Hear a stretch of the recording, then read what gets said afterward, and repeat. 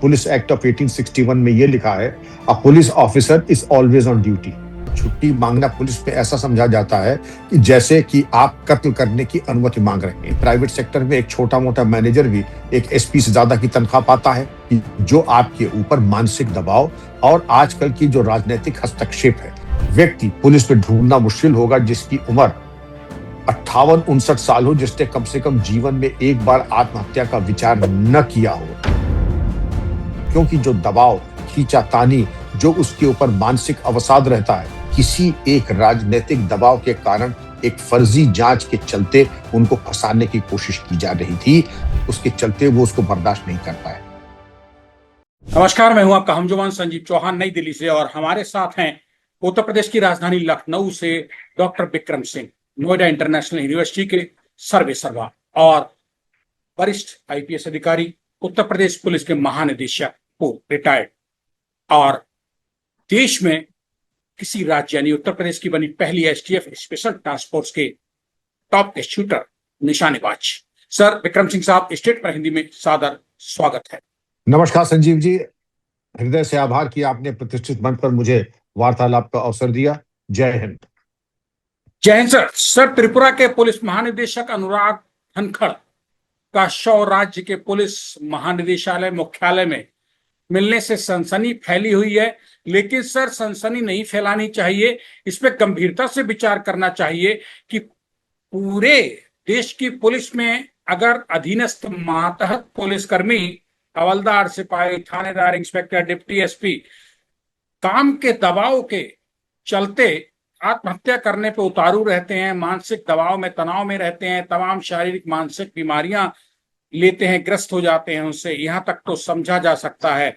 लेकिन sir, police महानिदेशक अनुराग धनखड़ के बारे में, संदिग्ध मौत के बारे में जो चीजें सामने आ रही हैं, आप चूंकि पुलिस के चीफ रहे हैं, उत्तर प्रदेश जैसे बड़े सूबे के और त्रिपुरा जैसे छोटे सूबे के पुलिस महानिदेशक का इस तरीके से संदिग्ध हालातों में मौत को गले लगा लेना सर गड़बड़ है, बहुत उलझन वाली स्थिति। सर, मसाला नहीं चाहिए, अंदर की चीज चाहिए कि आखिर इतना बड़ा कोई चीफ ऑफ द स्टाफ यानी कि पुलिस महकमे का चीफ खुद ही सर सुसाइड कर ले, संदिग्ध हालातों में मौत हो जाए, तो आखिर हालात सर कितने, कैसे, क्यों, कहां पहुंच गए होंगे, जांच का विषय है। लेकिन आप पुलिस महानिदेशक रहे हैं, आईपीएस रहे हैं सर, इसलिए मैं आपसे जानना चाहता हूं। धन्यवाद संजीव जी, ये एक बड़ा मार्मिक और बड़ा गंभीर प्रश्न है। मार्मिक इसलिए कि चाहे कांस्टेबल हो, चाहे पुलिस महानिदेशक हो, जिस वो चुनौतियों के साथ अपना जीवन और अपना कर्तव्य का निर्वहन करता है, ये वही जानता है जिसने वर्दी पहनी हो। और फिर वर्दी चाहे, मैंने फिर कहूंगा, कांस्टेबल की हो या पुलिस महानिदेशक की हो, चुनौतियां, दबाव, काम करने के टारगेट्स, और टारगेट्स वो भी होते हैं जो कि अक्सर अनरियलिस्टिक होते हैं, जो कि सामान्य परिस्थितियों में कोई उसको पूरा नहीं कर पाएगा। मैं आपको बताता हूं, जब मैं पुलिस महानिदेशक था तो अमेरिका से कुछ पुलिस अधिकारियों का दल आया था प्रशिक्षण के लिए और इंटरैक्शन के लिए। ये 4 दिन बाद उन्होंने आके हाथ खड़े कर दिए कि हमारे बस का आपकी कार्य संस्कृति में कार्य करना संभव नहीं है, क्योंकि हम लोग केवल 8 घंटे काम करते हैं, 8 घंटे के बाद गाड़ी की चाबी और पिस्तौल हम जमा कर देते हैं। आपके यहां दिखाई ये पड़ता है कि 24 घंटे आप बिल्कुल वर्दी में दुरुस्त रहते हैं, आपको कभी कोई बुला सकता है। यहां तक कि पुलिस एक्ट ऑफ 1861 में ये लिखा है, अ police officer is always on duty, यानी कि वो सदैव ड्यूटी पर है। यहां तक कि अगर अवकाश पर भी है तो भी ड्यूटी पर माना जाएगा।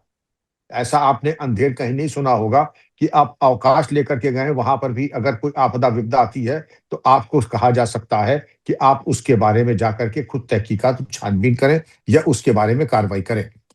मैं समझता हूं विश्व में इकलौता ये पुलिस एक्ट होगा जहां पर आपको अवकाश पे भी ड्यूटी पे माना जाता है। छुट्टी मांगना पुलिस पे ऐसा समझा जाता है कि जैसे कि आप कत्ल करने की अनुमति मांग रहे हैं। अब काम का दबाव, टारगेट जो कि अनरियलिस्टिक हो, तनख्वाहें ऐसी कि जो कि मान करिए प्राइवेट सेक्टर में एक छोटा मोटा मैनेजर भी एक एसपी से ज्यादा की तनख्वाह पाता है। पुलिस महानिदेशक को अगर देख लें कि वो एक त्रिपुरा हो चाहे उत्तर प्रदेश हो, उत्तर प्रदेश में तो विश्व का सबसे बड़ा सिविलियन पुलिस फोर्स है विश्व का, लेकिन वहां के पुलिस महानिदेशक की जो तनख्वाह है वो किसी भी लखनऊ में तमाम कॉर्पोरेट्स हैं उनसे उनकी तनख्वाह नीचे होगी। अब हम बात आते हैं कि जो आपके ऊपर मानसिक दबाव और आजकल की जो राजनीतिक हस्तक्षेप है, सबसे बड़ा तनाव का कारण संजीव जी होता है राजनीतिक हस्तक्षेप। अवांछनीय तरीके से वो दबाव डालना, जो कि वो जानते हैं कि बहुत ज्यादा विधि सम्मत नहीं है। आपने ये देखा होगा कि इसके पहले भी ऐसे दृष्टांत आए थे कि बल्कि लोग यहां तक कहते हैं कि ऐसा व्यक्ति पुलिस में ढूंढना मुश्किल होगा जिसकी उम्र 58-59 साल हो, जिसने कम से कम जीवन में एक बार आत्महत्या का विचार न किया हो, किया नहीं, विचार न आया, क्योंकि जो दबाव, खींचातानी, जो उसके ऊपर मानसिक अवसाद रहता है। अब पहले होता है, पहले अवसाद स्ट्रेस होता है, कोई सभी में अवसाद होता है, हमारे अंदर आप अवसाद जब डिप्रेशन में जाता है, तो डिप्रेशन की जो अंतिम जो पराकाष्ठा होती है, वो आत्मघात करने की होती है। और उसको देख करके ये मालूम पड़ जाता है कि अब व्यक्ति जो है अपने आप का मतलब आत्महत्या करने की कगार पे खड़ा है। और ये पुलिस में अब ये शुरू हो गया, पहले तो कुछ सोचता भी नहीं था कि अब मनोचिकित्सक, साइकोलॉजिस्ट, इनका इंटरवेंशन भी अब होने लगा है। पहले इन सब चीजों की बातें नहीं होती थी। बड़ा अधिकारी माता पिता और गुरु के समान होता था, जाकर के अपना दुखड़ा रो लेते थे, अपनी बात कह लेते थे, जी हल्का कर लेते थे। अब चूंकि मामला बिल्कुल एक दूसरा हो गया है, एक आर्टिफिशियल और प्लास्टिक एटमॉस्फेयर हो गया है, किसी के पास कोई समय नहीं है, और सहानुभूति के दो शब्द तो बहुत बड़ी चीज है। मैं फिर कह रहा हूं कि वरिष्ठ अधिकारी एक माता पिता गुरु की तरह होता था। लाख काम का दबाव हो, लाख हम तपे हो, जब वरिष्ठ अधिकारी के यहाँ गए, पीठ पे हाथ फेर दिया, विक्रम तुम बहुत अच्छे हो, बड़े सफल हो गए, एक प्याला चाय पी लो हमारे साथ, सारी थकावट उतर जाती थी, और फिर हम तैयार हो जाते थे आसमान के तारे तोड़ करके लाने के लिए। अब न तो किसी के पास समय है। वरिष्ठ अधिकारी, जूनियर ऑफिसर्स कहते हैं कि सीनियर के पास हमारे लिए टाइम नहीं है। टारगेट्स ऐसे दे देंगे कि आपके पास जो 600 विवेचनाएं हैं, उसको 1 महीने में उनका निस्तारण करवा दे। कहां से करा दें? आपके पास संसाधन है, समय है, आप वैसे ही करा देंगे। जी। डॉक्टर विक्रम सिंह साहब, डीजीपी सर पुलिस का चीफ है, बहुत बड़ी हस्ती है सूबे में। मुख्यमंत्री और गवर्नर के बाद उन्हीं का नंबर आता है, तीसरा नंबर, अगर मैं गलत नहीं हूं अपने अनुभव और जानकारी में। लेकिन त्रिपुरा के पुलिस महानिदेशक यानी कि 1994 बैच के आईपीएस अधिकारी, जिनका कि अगरतला स्थित पुलिस मुख्यालय में ही शव मिला और संदिग्ध हालातों में सुसाइड माना जा रहा है, जांच चल रही है।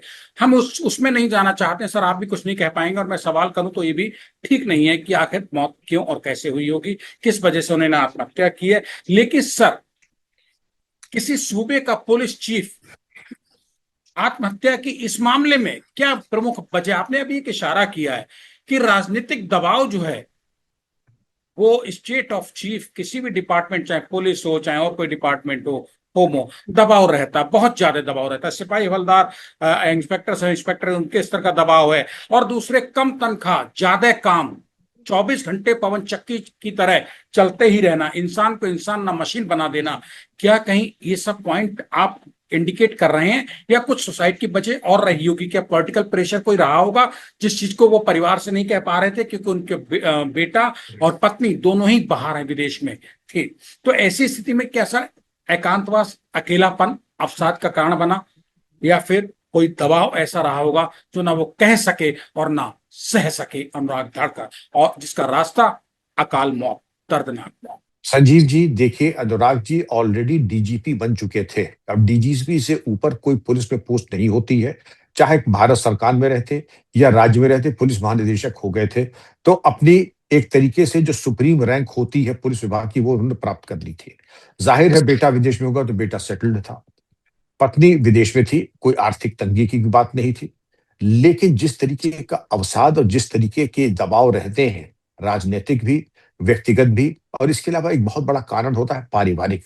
कोई यही नहीं कि आदमी, परिवार केवल पति पत्नी से ही बनता है या एक संतान से, माता पिता हो, भाई बहन हो, और कोई चोट कर दे अगर, जैसे निरंतरता के साथ, आप कहेंगे कि आदमी का मन मस्तिष्क बिल्कुल फौलाद का है, 99 बार वो कुछ नहीं करेगा, लेकिन 100वीं बार कोई हल्की सी चोट कर देता है, कोई एक ऐसा मैसेज भेज देता है, ईमेल भेज देता है, लेटर भेज देता है, उससे चोट खा करके व्यक्ति ऐसा करता है। एक और उदाहरण मैं आपको देता हूं, भारत में नाम लेना ठीक नहीं है, लेकिन पुलिस महानिदेशक स्तर पे वो भी थे, सीबीआई के प्रमुख भी थे, गवर्नर भी थे एक स्टेट के, सब कुछ होने के बाद भी आत्महत्या कर ली।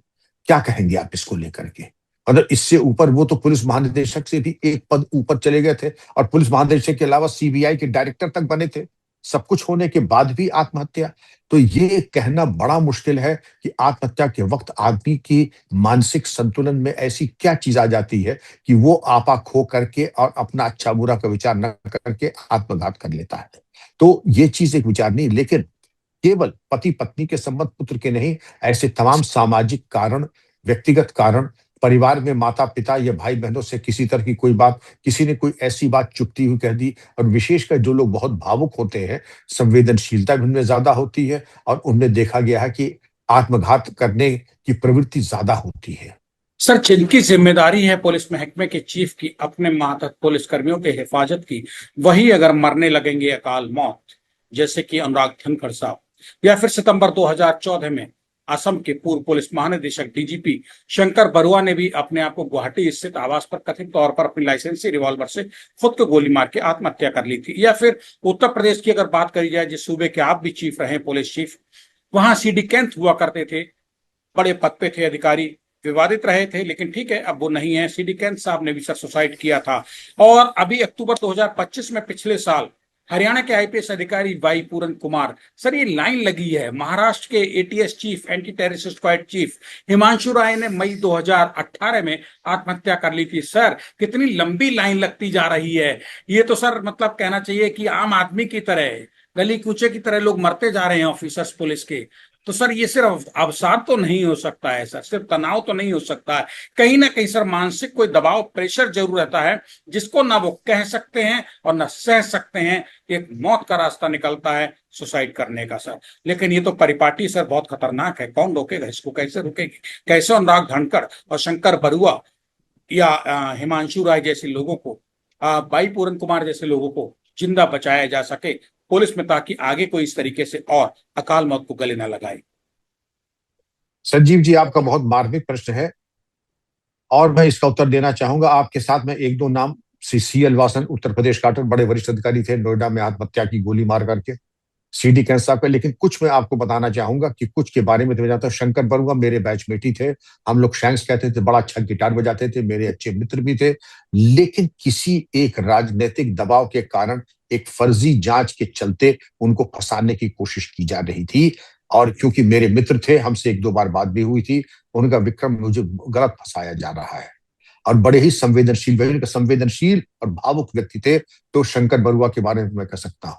सीडी कैंथ साहब भी हमारे ही, चूंकि गार्डर के थे, बता सकता हूँ। एक केस हुआ था, बताना नहीं है, लेकिन कोई खरीद फरोख्त की बात थी, अकारण उनके ऊपर अवांछित दबाव था, उन्होंने नहीं खरीदी, तो उनके कैरियर पे बात आ गई। और यहां तक कि पुलिस महानिदेशक से मिलने आते थे, और पुलिस महानिदेशक से उन्होंने कहा भी था मरने के 4 दिन पहले, क्योंकि मेरे भी उनसे बहुत पारिवारिक संबंध थे, तो पुलिस ने हमको बुला के कहा, भाई कैंथ ये कह रहा है कि वो अब बचेगा नहीं, वो अपनी जान ले लेगा। हमने कहा सर बुला के एक बार कह दीजिए, क्योंकि मेरे पास आपसे मिलने से पहले मेरे पास आए थे और ये कह रहे थे कि विक्रम मैं ज्यादा दिन चलूंगा नहीं। तो हमने कहा ये सर आप कैसी बातें कर रहे हैं, आपके बच्चे अभी बहुत छोटे हैं, कैसी बात कर रहे हैं आप। और लेकिन अंततोगत्वा शायद उन्होंने यही ठीक समझा कि जो उनके ऊपर दबाव था शासकीय या फर्जी आरोपों का, उसके चलते वो उसको बर्दाश्त नहीं कर पाए। शंकर बरुआ को मैंने बताया वही केस, इनके बारे में बताया सीडी कैंथ साहब के बारे में। अब सीएल वासन साहब बड़े हंसमुख, लंबे चौड़े, बड़े हंसमुख, जहां भी जिस महफिल में रहे वहां रौनक छा जाती थी। लेकिन गंभीर रोग के उपरांत जब ये देखा कि अब ठीक नहीं होंगे, तो कदाचित उन्होंने अपने प्राण समाप्त कर लिए खुद ही अपने हाथ से। और इसी तरह से जिनको भी आप देखें कि अधिकांश केस में ये होता है कि लोग एक फर्जी आरोप लगा करके, जब राजनीतिक प्रतिशोध की भावना से कोई काम होता है, तो 2-3 केस तो मैंने आपको बता दिए। तो ये सब दबाव होते हैं।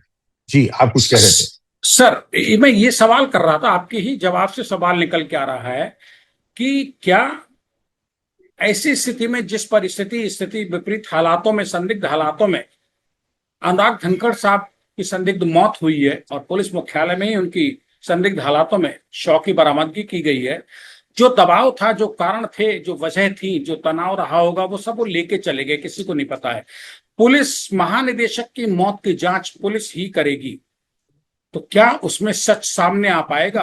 क्योंकि अगर उन्होंने राजनीतिक दबाव के चलते सर आत्महत्या की होगी तो, और पारिवारिक निजी दबाव के चलते अगर आत्महत्या तनाव के चलते की होगी तो, आखिर पुलिस आखिर सूबा त्रिपुरा, पूरा राज्य, उसका अमला, पॉलिटिकल, राजनीतिक, पूरा लाव लश्कर, वो कैसे चाहेगा कि ये सच सामने आए, उसके राज्य के पुलिस मुखिया की मौत का सच सामने आए? क्या सर आप समझते हैं कि ईमानदारी से जांच होगी और वो जांच बाहर लाई जाएगी कारण इसके? मुझे पूरा विश्वास है कि जांच पूरी गहराई से की जाएगी, क्योंकि परिवार को ही नहीं, पूरे पुलिस विभाग की, पूरी जनता की, त्रिपुरा को ये जानने का अधिकार है कि उसके महानिदेशक ने अपने प्राण खुद क्यों लिए, क्या कारण थे, और ये जानने के लिए कि क्या हम आगे ये सुनिश्चित कर लें कि इस प्रकार का अत्याचार किसी अन्य अधिकारी पे न हो, कांस्टेबल से लेके महानिदेशक तक। इसलिए ये जरूरी है कि आत्महत्या के कारणों का पता लगाया जाए, किन कारणों से उन्होंने आत्मघात किया, और जिससे कि अगर किसी ने उत्प्रेरित किया, किसी ने अवांछनीय दबाव डाला, अवांछित उनके ऊपर दबाव डाल करके कोई कार्य जबरदस्ती कराने की कोशिश की। हालांकि मैं नहीं जानता हूं, काफी युवा पुलिस महानिदेशक थे और किसी तरह की कोई समस्या नहीं थी, लेकिन मेंटल बैलेंस, जैसे सिगमंड फ्राइड ने कहा था कि human mind is like a small island between two oceans, the conscious and the super conscious, कि दो महाद्वीपों के बीच में एक छोटा सा टापू जैसे होता है, मनुष्य की मनस्थिति वैसे ही होती है। और दूसरे सिगमंड फ्राइड ने यह भी कहा था, it oscillates between sense and nonsense. अभी सेंस में है, फिर नॉनसेंस में आ जाएगा, सेंस में आएगा, नॉनसेंस में आ जाएगा, अभी बिल्कुल संतुलित है, फिर एकदम अवसाद में आ जाएगा। लेकिन अवसादग्रस्त जो व्यक्ति होता है, उसकी भावुकता, बात बात पर रुआसा हो जाना, रोने लगना, बात बात पर पे वो रोने लगना, ये दिखाता है कि अब वो बिल्कुल अवसादग्रस्त हो चुका है और उसको साइट को ट्रीटमेंट की बिल्कुल जरूरत है। लेकिन आपका जो प्रश्न है, क्या इसमें सही विवेचना हो पाएगी, मुझे विश्वास है कि जरूर हो पाएगी। एक व्यक्ति नहीं, एक टीम करे और उसको पता लगा कि ईमेल, उनका साहित्य, उन्होंने कोई पत्र छोड़ा कि नहीं छोड़ा, और अंतिम 7-8 दिनों में कौन सा साहित्य पढ़ रहे थे, कौन सी पिक्चर्स देख रहे थे, कौन से ओटीटी प्लेटफॉर्म पे देख रहे थे, इन तमाम चीजों पे ये दर्पण होगा उनके व्यक्तित्व के ऊपर। सर अगर किसी राजनीतिक दबाव के चलते, किसी षड्यंत्र के में फंसे होने के चलते अनुराग धनखड़ साहब को अपनी जान से खेलना पड़ गया, आत्महत्या को गले लगाना पड़ गया, तो मैं कैसे उम्मीद करूं, ये देश कैसे उम्मीद करे, ये समाज कैसे उम्मीद करे, देश भारत का, कि वाकई में जांच दूध का दूध और पानी का पानी निकल के सामने आएगी। साहब, जिन लोगों की वजह से मर गए होंगे, वो जान दे दी, वो तो मिट्टी डालना चाहेंगे, कब्र खोदना चाहेंगे सबूतों की। ये तो बात ऐसा होता है कि सबूत दो प्रकार के होते हैं, काट के और अकाट के। मान लीजिए कहीं डॉक्यूमेंट करके, ईमेल करके उन्होंने कहीं पोस्ट कर दिया हो, इनबॉक्स में छोड़ दिया हो, तब क्या होगा? कोई भी राजनीतिक बड़े से बड़ा आका भी उसको झुठला नहीं सकता है, दबा तो सकता है, डिले तो कर सकता है, खत्म नहीं कर सकता है। उसी की बुनियाद पे विवेचना सीबीआई को चली जाएगी, और जो भी अगर हम मान लें कि स्थानीय कोई हस्तक्षेप था, उसकी परिधि से बाहर जाकर के विवेचना असलियत को उजागर कर देगी। शुक्रिया सर, बहुत बहुत बात करने के लिए इस खास मुद्दे पे। विक्रम सिंह साहब, बहुत बहुत धन्यवाद स्टेट मिनट हिंदी से बात करने के लिए, इतने अहम मुद्दे पे। अनुराग धनखड़, जो कि पुलिस महानिदेशक थे त्रिपुरा के, संदिग्ध हालातों में मौत को गले लगा के दुनिया से चले गए। जांच होगी, जब होगी तब सच सामने आएगा, नहीं आएगा ये भविष्य के गर्भ में है। शुक्रिया बहुत बहुत स्टेट में हिंदी से बात करने के लिए।